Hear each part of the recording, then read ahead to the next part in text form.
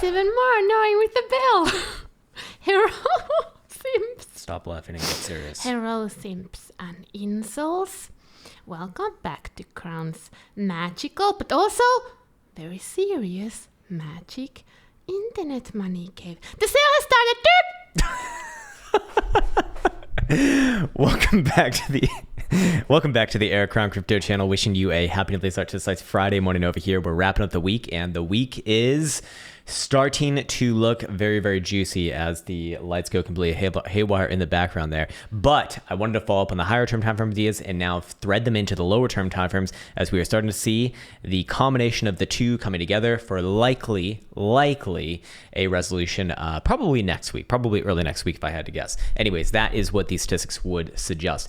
Anyways, yes, so as Elsa so eloquently said, the sale is now begun. I should let you know that you can find it on the Krown trading app, which is in the link in the description below.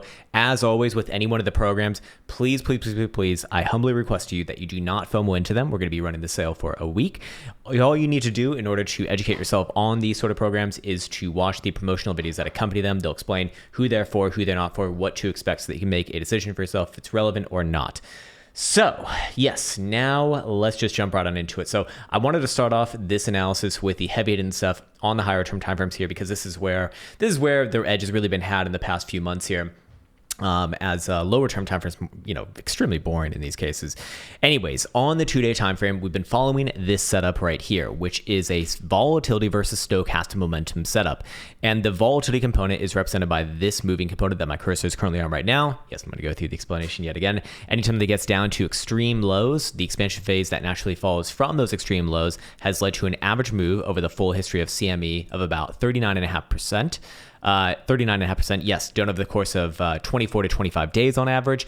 And the stochastic also has been correct in getting the direction of that volatility expansion about 83% of the time. And obviously this time it worked yet again. So pretty damn good here. Anyways, in this case, we saw this signal kind of fired off in early November, and we've already hit the bottom side of the first standard deviation at 32%. So if this is going to have continuation, two things of interest. We'd want to be looking at the average or closer to the average as the next sort of area of interest upon continuation. And then two, the actual average days as well, because that gives us an insight as to when we expect this signal to, or the totality of this to really find its its full measurement. So in this case, 24 to 25 days would put us at an estimated, let me just do it out right here. This would be very early December. Looks like, very, very early December. Now, do keep in mind that the averages will have some variance in them, but in this case, we've already eaten up about 20. Okay, I'm really trying hard to get this right. We've already eaten up about 20 days or so. So if this one is going to have more continuation, we very likely expect it perhaps today, although today's probably going to be pretty damn slow itself, but probably most relevantly next week, early next week, if you will. And here's the thing, the stochastic oscillator continues to remain with its downside direction here, and it will not close today. It will actually close on Monday night, but the current stochastic pivot is 15,900. So that is to say that if Bitcoin is below that level on closure, we do expect continuation at least for another period in this case. So that would imply that next week is probably going to be the week, if you will. And that again assumes that Bitcoin remains below this pivot, which right now it's actually above. It's actually above. So the hopium on the other side would be that, hey, Bitcoin holds above basically $16,000 by Monday next week on closure. And then, well, this signal is done. And yeah, it would be very relevant to say that, hey, it probably is done because, well, we've already hit the bottom side of the first standard deviation. At that point, the average days would be so close that, it'd be reasonable to assess that if the stochastic actually does start to point up. So again, very, very pivotal point right there. If that happens, that's a hopium. If not, then it's the hopium for Bara Jesus. And to take this one step further, I want to once again cross-reference the 5-day chart that we've been looking at right here. This one fired off a signal kind of around the same time, a little bit later, obviously, as it is a slightly higher time frame. But this one is continuing with its downside direction. And here's the thing, this would suggest that the 2-day time frame probably does fail and probably does have one more leg down, at least as of right now, So this chart, very similar setup, just volatility is represented by the BBWP indicator right here. And I've only backtested for the last 5 years. in this case. And this one obviously has worked out yet again in terms of direction with stochastic oscillator and volatility expansion. But the thing is that this signal would actually have a longer date associated with it, 37 days on average. And the average move, obviously, going to be a little bit higher as well. Not actually that much higher, to be fair, but that would suggest that if we are going to see continuation, you're probably going to see Bitcoin somewhere in the mid to low $13,000 range. That would be, the next sort of area of interest from this perspective. And again, this one actually closes tomorrow night. This is actually spot price action, so it will be trading on Saturday. And tomorrow night, if it does close below 18,300, pressure remains to the downside. Risk continues to remain to the downside.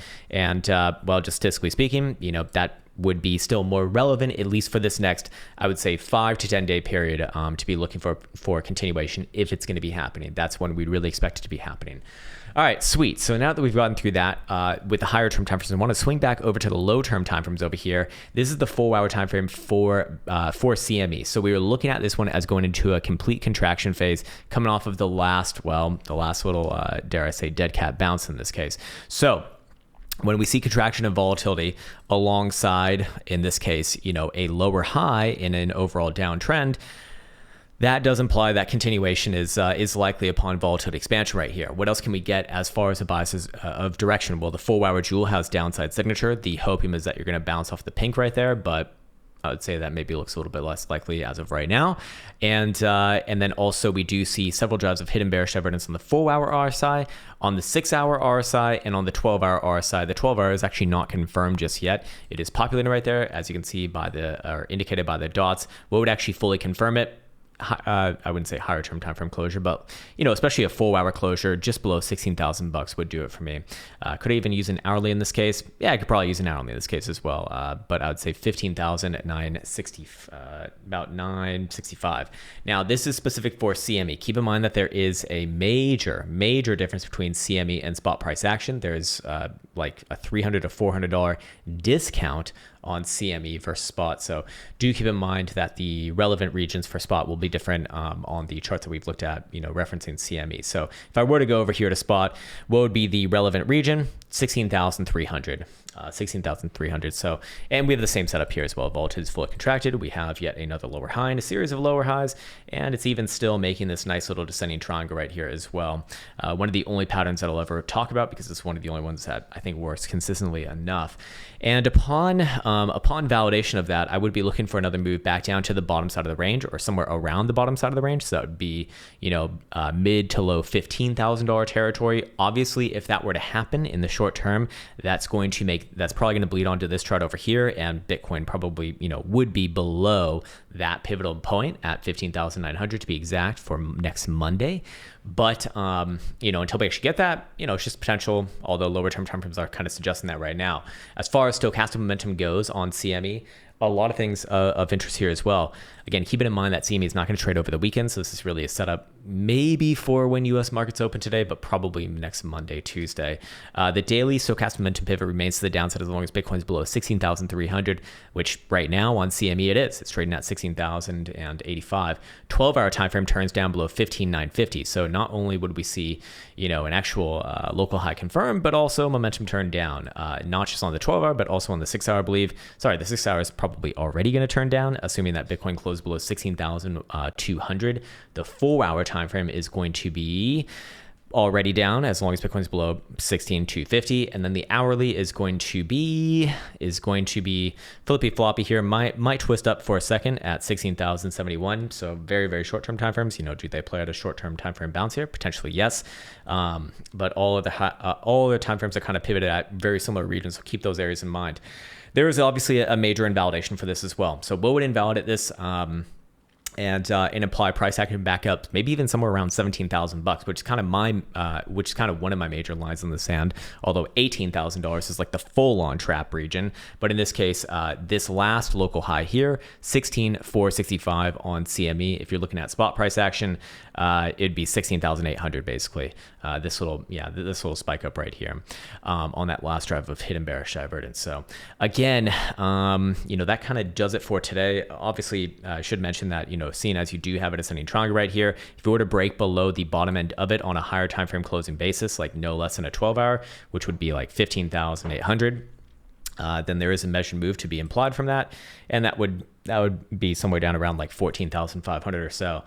Obviously, that would greatly influence this chart over here and continue to influence this chart over here, suggesting that mid to low 13s is probably the next relevant region after a short-term time frame bounce. But yeah, I think that's going to do it for right now. I hope that this video was in some way helpful. I want to be wishing you the best as always. Again, with any one of the programs right here, please do not FOMO into them. 20% off of everything for the next week, and just watch the promotional videos. They'll explain what to expect, and maybe it's not for you. Maybe it is for you. But also maybe it's not. So that is a decision for you to be making on your own, and I will be signing off on that note. I want to wish you the best. Forgot to mention Bybit. Bybit still got their promotion going on. They actually got something really cool that they're working on that I just spoke with the representative yesterday, which I'll be talking about like as soon as I get the next sort of verification for it. But it basically solves the issue of having to trust exchanges, which is obviously fucking good, coming off the back of that FTX situation. All right, cool. There we go. With that said, take care, much love, and see you hopefully soon.